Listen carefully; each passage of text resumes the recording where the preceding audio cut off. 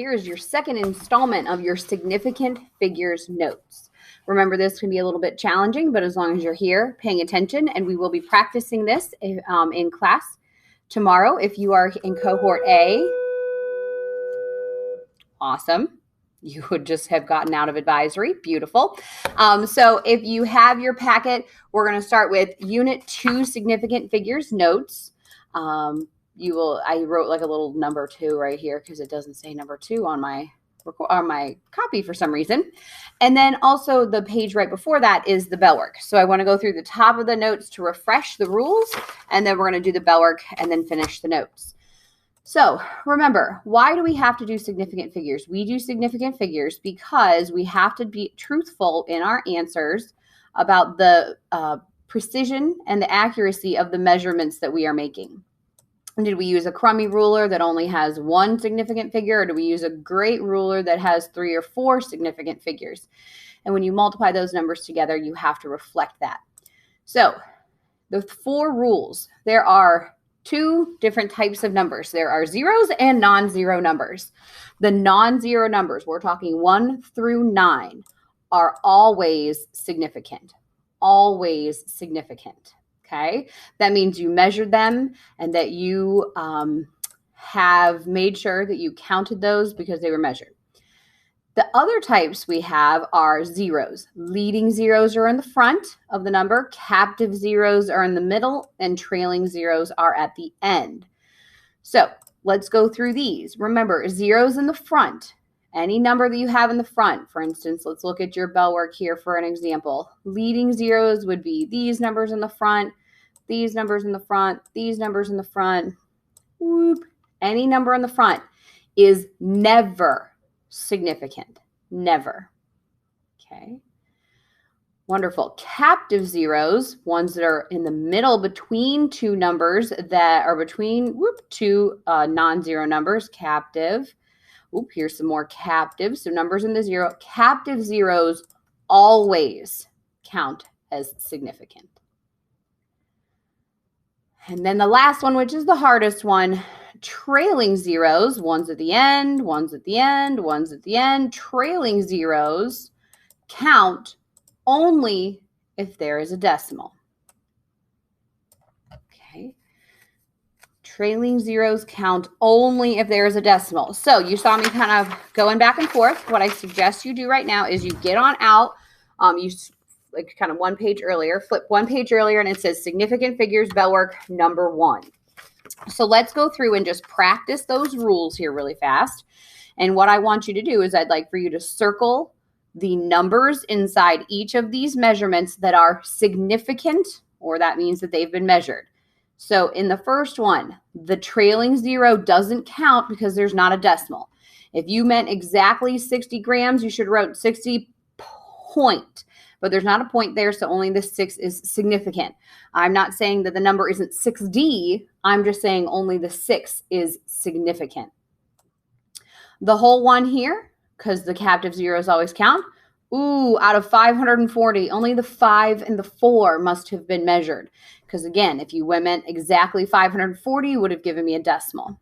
How about for the next one? What do you think? All right, they are all significant. Very good. And I'll do the next line with you. This leading zero, never significant. Those are the significant numbers here. How about the next one?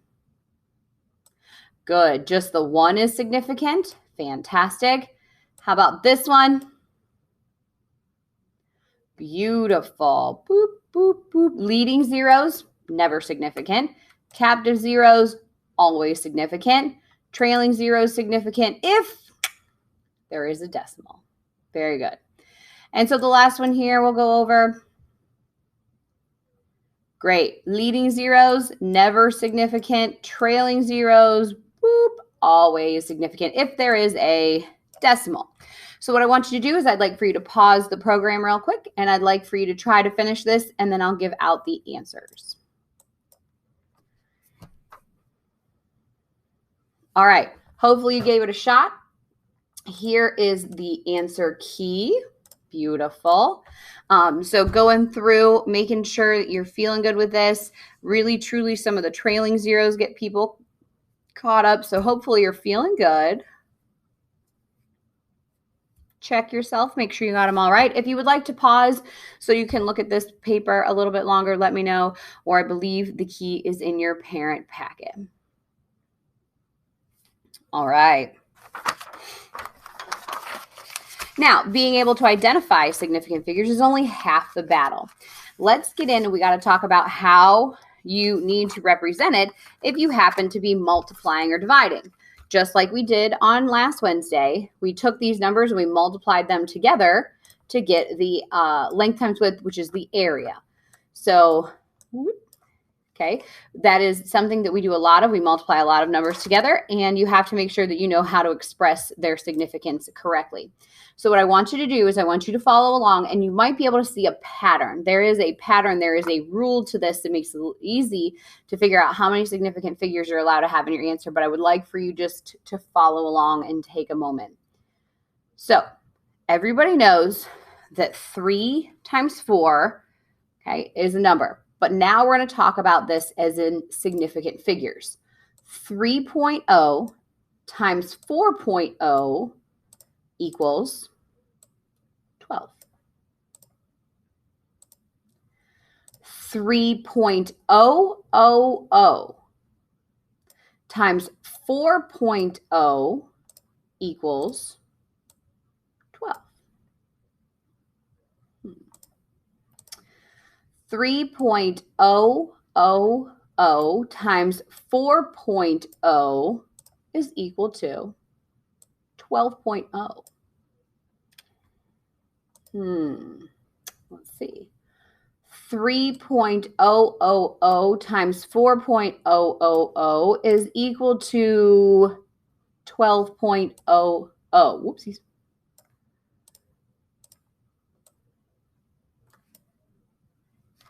However, 3 times 4 is 10.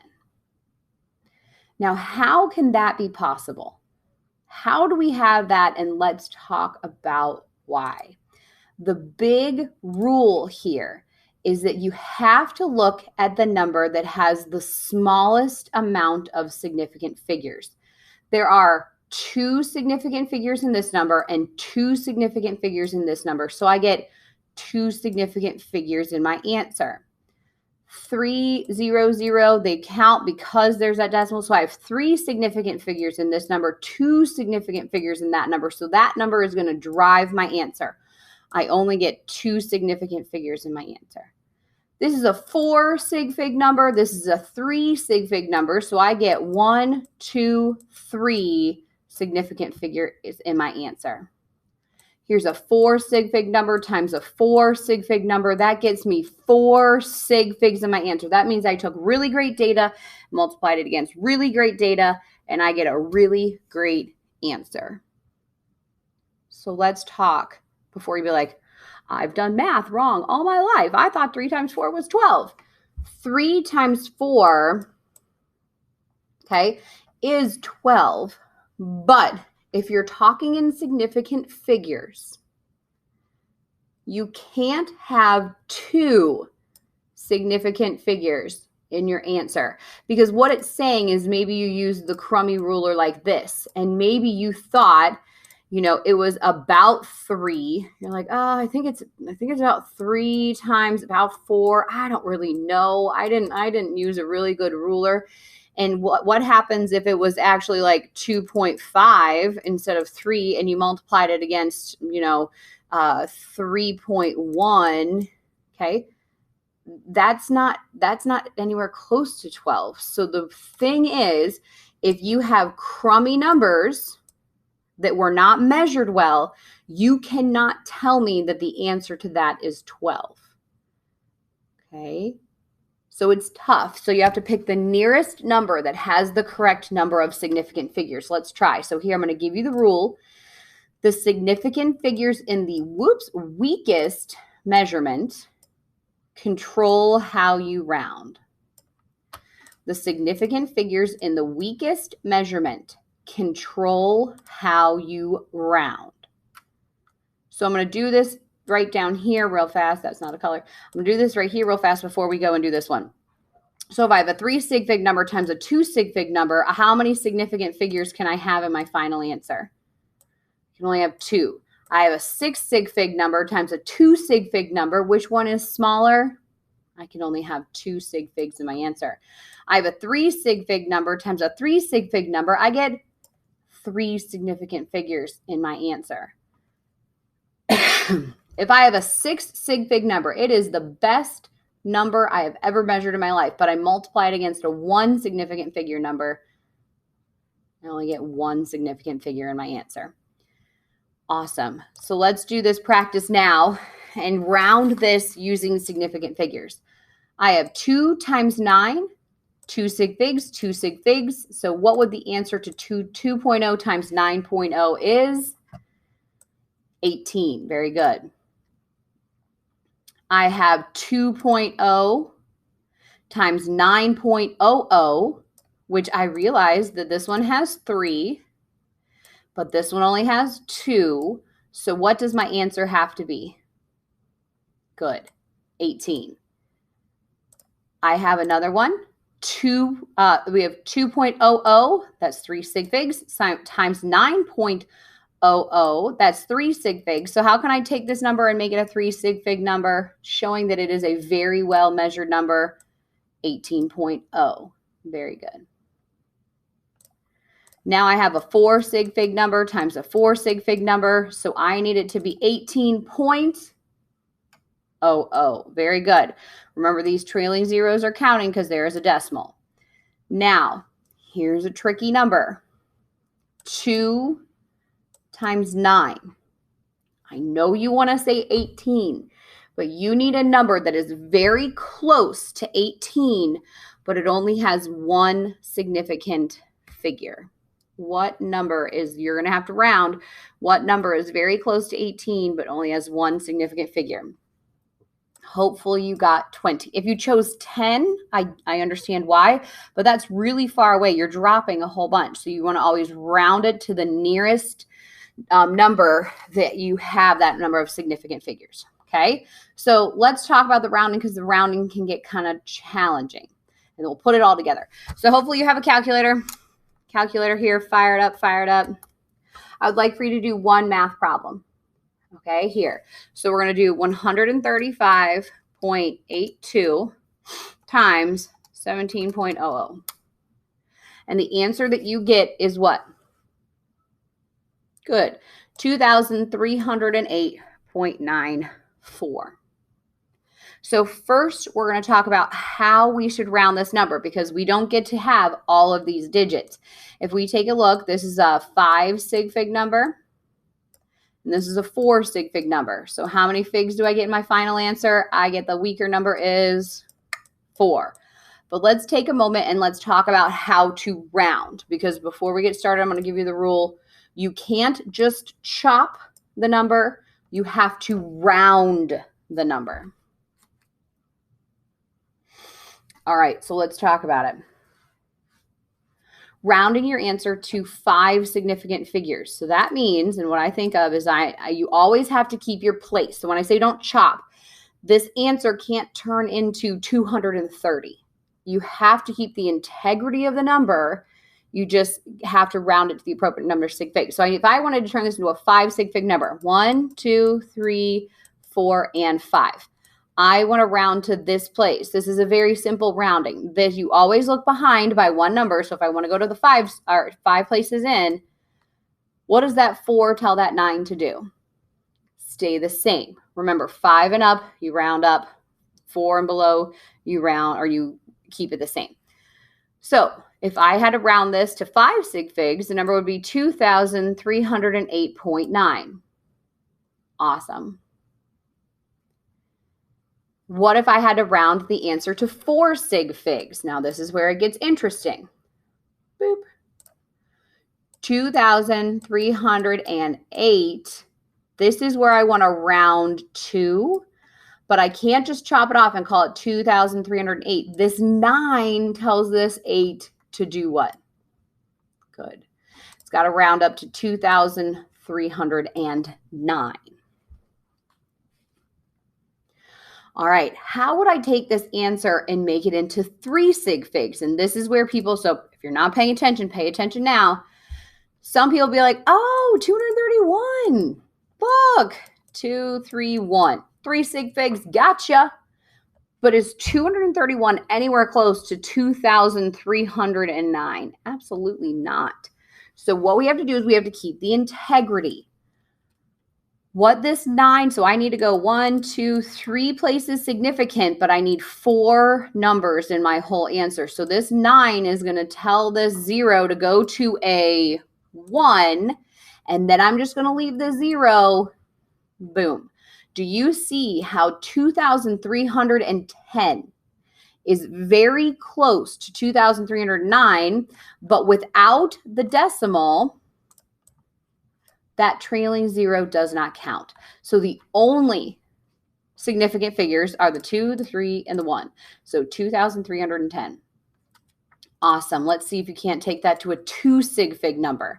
So I want these to be the only significant places, but I need to keep it 2,300. I'm kind of giving you the answer there like without stopping. So do you see how 2,300 is very close to 2,310, but it only has 2 significant figures? What if I wanted to round this number to 1 significant figure? Very good. It would be 2,000. Okay. So that's tough. So let's put it all together. You have to remember your 4 rules. You have to remember that you count the number of significant figures in each and pick the smaller one. And then you have to be able to round. It's got a lot of steps to it. So let's flip over on the back of this worksheet. We have some practice. Awesome. And here we go. Got your calculator. So let's do number 1 together. 18 times 3.21. And on your calculator says what? Good. The number that it spits out says 57.78. And remember yesterday we said that calculators don't care about significant figures. You do. So let's do it. How many significant figures in 18? 2 sig figs times a 3 sig fig number. So I can only get 2 sig figs in my final answer. So I want boom, boom. But before I just call it 57, I need the 7 to do what to that 57? It needs to make my final answer would be 58. Very good. Let's try another one. In our calculator, 84.07 times 260.00. It's a big number. All right. So my calculator, spit out 21858.2. Let's see how many significant figures we get. 4 significant figures in that answer, 5 significant, or part of the problem, not answer. So I get 4 significant figures in my answer. I need to go, let me get this out of the way. So 4, 1, 2, 3, 4. I need to keep the integrity of the number, but 21,800 and what would be very close to 21,858. This 8 is going to tell that 5 to do what on its way out? It's going to go to a 6, and then I'm going to turn that 8 to a 0 without a decimal. Do you see how 21,860 is very close to 21,858, but we were only allowed to have 4 sig figs. So 1, 2, 3, 4, and without the decimal, that trailing 0 does not count. Okay. Let's do a few more before I leave you be here. And so the same rules go for division. You just plug it in your calculator and then you round. So I'm going to do a few more in the multiplication, but when you get down to the division one, you just do division and you take the answer and you do the exact same thing. So here we go. I'm going to go in this calculator. 9.988 times 0.003. All right. My calculator spits out 0.029964. Let's see how many significant figures. This is a 1, 2, 3, 4 significant figure number. And then that's multiplied against a, careful, good, one significant figure number. Remember, the numbers in the front, the zeros in the front never count as significant. So that means this number doesn't count as significant either. So I need to round to this place. So I can't just chop it and call it 0.02. This 9 tells that 2 to do what? Good. 0.03. And you'll see that I added the 0 on the front. It doesn't matter. You can put it there. You cannot put it there. Sometimes I just think it's easier to read. But so these don't count as significant. There's my one significant digit. Okay? Hopefully you're getting the hang of it. I'm going to do one more with you, and then I'm going to turn it over for you to do the rest on your own. So in your calculator, like I said, for division, you just put the problem in your calculator and you're good.